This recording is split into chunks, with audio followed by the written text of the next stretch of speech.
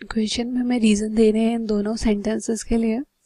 ठीक है, पहला है हमारे पास concentrated HNO3 turns yellow in sunlight.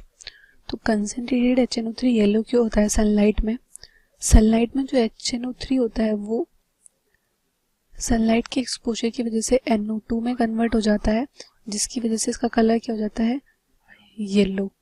ठीक है, तो NO3 माइनस रिड्यूस हो गया NO2 में, और O माइनस जो है वो ऑक्सीडाइज हो जाता है हमारा O2 में, और एक बन गया हमारे पास H2O का मॉलिक्यूल। तो ये हो गई हमारे पास रिएक्शन बैलेंस, ये हो जाएंगे 2, ये हमारे पास कितनी बन जाएगी N, 4, ये हो गए 3 और एक 4, तो ये कितने हो जाएंगे 2, ये हो गई हमारे पास रिएक्शन बैलेंस। सेकेंड है ब्लीचिंग पाउडर, जो है वो अपनी ब्लीचिंग प्रॉपर्टी लूज कर देता है जब इसको हम थोड़े टाइम तक ऊपर में रख देते हैं। तो क्या होता है, ब्लीचिंग पाउडर हमारे पास CaOCl2 होता है।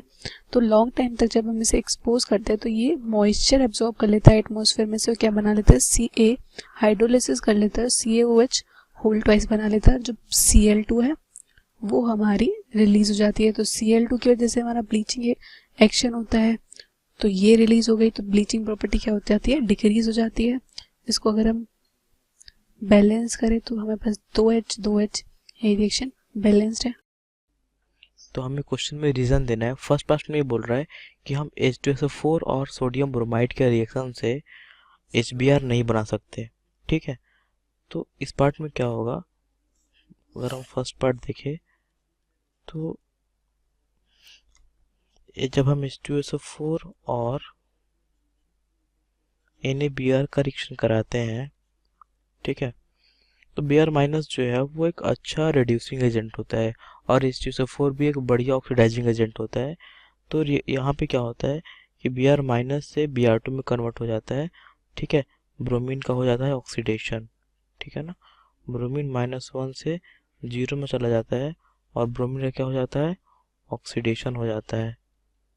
ठीक है, और सल्फर यहाँ पे +6 में है, और तो सल्फर का क्या हो जाएगा, रिडक्शन, तो ये चला जाता है SO2 में। ठीक, और साथ में बन जाता है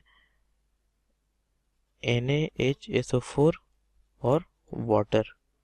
ठीक है, बट मेन हमें इन दोनों प्रोडक्ट्स पर फोकस करना है कि ब्रोमीन -1 से 0 में चला गया। ठीक है, तो यहाँ पे क्या HBr बन पाया, नहीं बन पाया। ठीक है, तो हम ये बोल सकते हैं कि इस रिएक्शन से HBr नहीं बन पाएगा।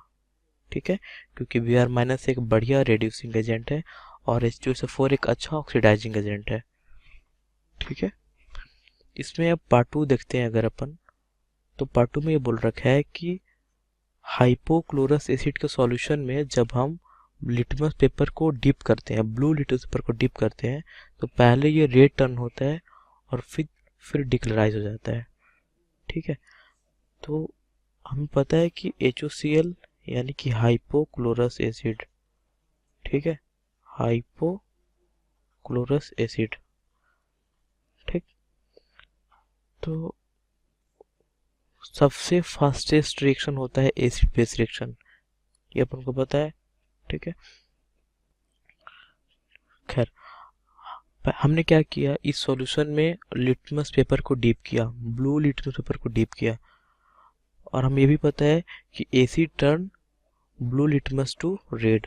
ठीक है ना, एसिड जो होता है ABr से याद कर सकते हैं अपन, एसिड क्या करता है, ब्लू लिटमस को रेड कर देता है। ठीक है, एसिड क्या करता है, ब्लू लिटमस को रेड में टर्न कर देता है। ठीक है, तो क्या होगा यहाँ पे भी हाइपोक्लोरस एसिड क्या करेगा, ब्लू लिटमस को रेड में कन्वर्ट कर देगा। ठीक, और अपन को ये पता है कि HClO या फिर HOCl जो है वो स्टेबल नहीं होता। ठीक है, वो HCl में और नेसेंट ऑक्सीजन में डिकम्पोज हो जाता है। तो इस नेसेंट ऑक्सीजन की वजह से ये ब्लीचिंग एजेंट की तरह यूज में आता है। ठीक है, इसकी वजह से ये ब्लीचिंग एजेंट के यूज में आता है। ठीक है, तो अब क्या होगा कि ये जो रेड लिटमस था, ठीक है, जो कि ब्लू से रेड हुआ था पहले, ठीक है, ब्लू से जो रेड हुआ था उसको ये ब्लीच करके कलरलेस कर देगा। ठीक है, तो लिटमस के साथ ये रिएक्ट कर लेगा, नेसेंट ऑक्सीजन और इसको क्या कर देगा, कलर लेस बना देगा। ठीक है, तो इसमें क्या हुआ कि HClO हाइपोक्लोरस एसिड एक एसिड है, तो एसिड का प्रॉपर्टी शो करेगा, तो ब्लू लिटमस को रेड में कन्वर्ट कर देगा। एंड देन हमें पता है कि ये HOCl स्टेबल नहीं होता है HCl में और नेसेंट ऑक्सीजन में डिकम्पोज हो जाता है, जिसकी वजह से इसका ब्लीचिंग एजेंट की तरह यूज होता है। तो ये रेड लिटमस को ब्लीच कर देगा और कलरलेस बना देगा। ठीक है, यही चीज़ क्वेश्चन में दिया हुआ था कि पहले तो ये रे टर्न करता है और फिर डिकलराइज हो जाता है। डिकलराइज क्यों होता है, इसके ब्लीचिंग एक्शन की वजह से, और रे टर्न क्यों होता है, इसके एसिडिक प्रॉपर्टी की वजह से। ठीक है,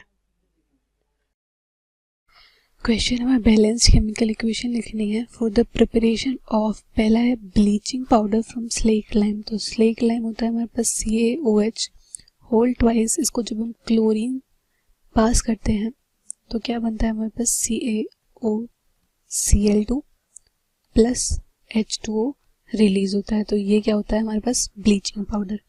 तो ये हो गई बैलेंस्ड। सेकेंड है nitric oxide from nitric acid.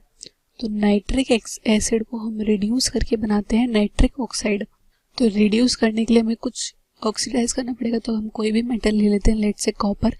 तो ये HNO3 के साथ रिएक्ट करके ऑक्सीडाइज होता है, नाइट्रेट बनाता है, नाइट्रिक ऑक्साइड रिलीज करता है NO।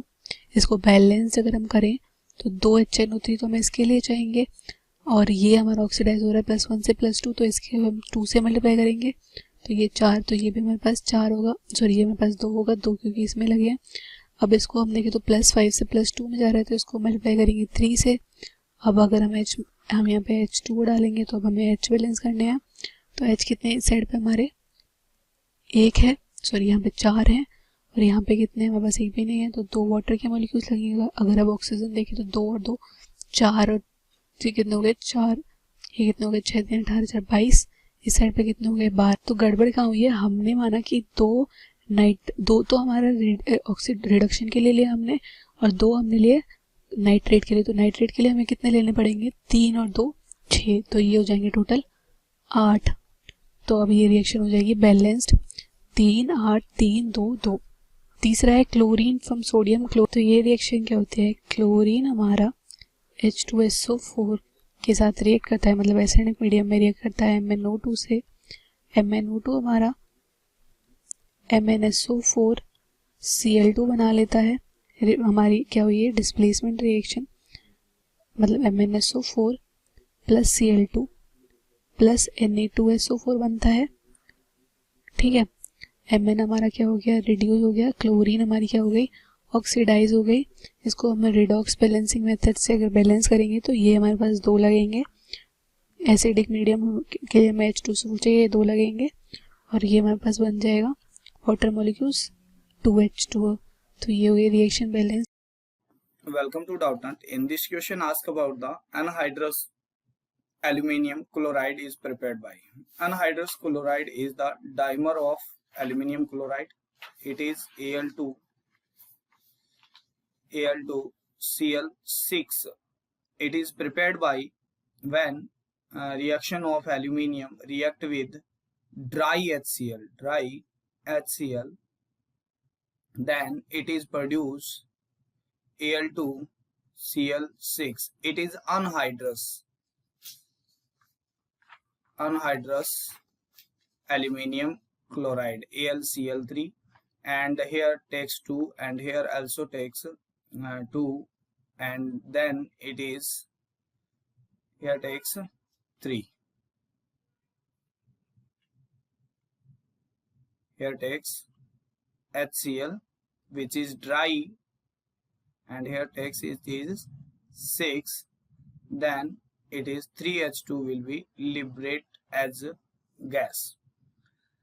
When HCl react with aluminium, then it is hydrated aluminium chloride is produced. So it is not produced anhydrous, it is produced hydrous. And when aluminium react with concentrated HNO3, then a oxide layer produced on the surface of aluminium which make it inert. So it is not the production of any type of aluminum chloride like AlCl3 or dry or anhydrous or hydrated.